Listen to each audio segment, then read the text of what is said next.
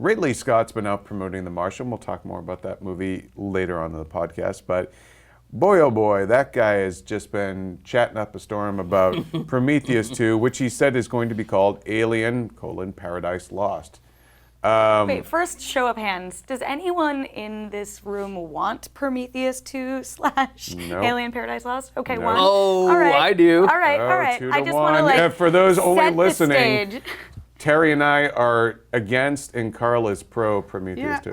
The thing is like Prometheus definitely had its problems. There were some plot problems in that movie I think we're all aware of. Yeah. But I still thought it still worked for me on a level, and it still worked for me in the Alien franchise to some extent. I think there's a big learning curve from that movie to the next one, and I'm gonna give Ridley another shot at Alien. He brought it to life in the first place. But he's making so many contradictory statements, like that it's going to be that it'll be a new creature. No, we're bringing back the xenomorph. No, it's going to actually be a new variation on the xenomorph. Like, what is it, Well, dude? Maybe based this on is what his we've flipper seen, hands. Yeah. Based on what Michael we've seen in Shannon said Prometheus, that, yeah. it could be all of those things at once. Like Yes. maybe none of them are. in And the that they story. are going to go to the engineer's world as the last film set up, and that it's going to. And one thing he had said was the reason why it's like Paradise Lost is like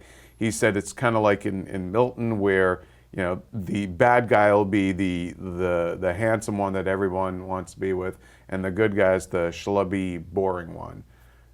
Again, though, like it just seems like he would rather. It's like the way he did a Robin Hood movie. He really wants to do a movie about the Crusades, but he's going to throw the Robin Hood label on there. You really want to do a movie about ancient astronauts and basically God being an alien, but you just want to stamp it with the Alien franchise in name, this which day I don't and think age- they go quite. Maybe, but in this day and age, you sort of have to, right? That's why we have so many franchises being rebooted and redone. Like and this sort of could lead into a conversation about The Martian later, but you don't see a lot of new franchises that don't have a leg to stand on, doing much of anything, either on the studio side, moving Right. forward with them, or necessarily doing stuff in the box office. I cannot wait for Gravity 2.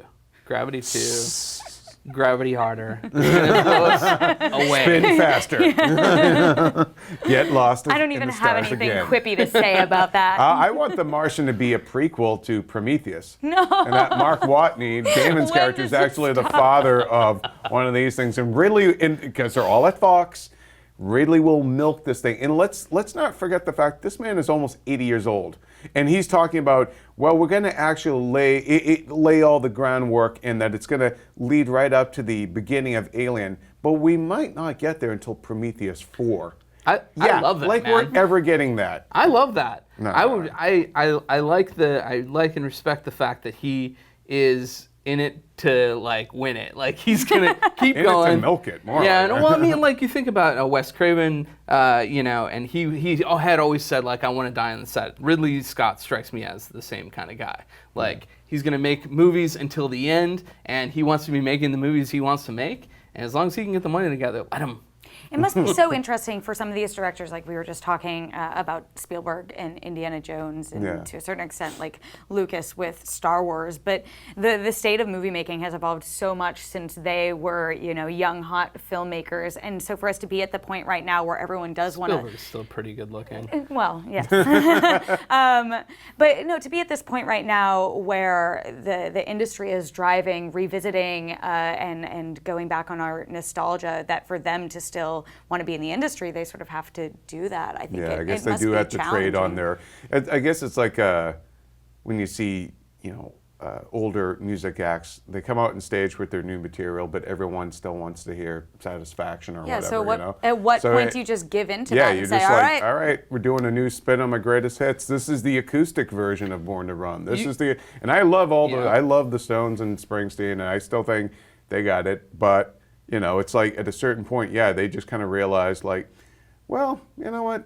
Give them what they want. I'll put out my new stuff. It won't do as well as the classics, but I'm still working, and I still love But what the I do. thing too is like, Still at what point do you? Billionaire. Yeah, right? Like, at what point does the creator lose touch with what made that special? And is it better to have someone like J.J. Abrams, who's a fan of Star Wars, come in and take up the mantle? Like, we've seen that fail as well. But Well, on your point, and this is actually a natural segue. The more you do these podcasts, you're going to learn I love me the segues, and I don't mean the Paul Blart kind. But we will bring those in soon. We will. One of these days, we'll do an actual mobile podcast. We're just kind of scooting along. Now, hold on. I don't want to lose my segue. I want to say something about a segue right now. Okay, go for it. Do you remember when the Segway was coming out and Steven Spielberg and various people were like, this is going to change the way that we build cities. And now it is associated with Paul Blart. Yeah.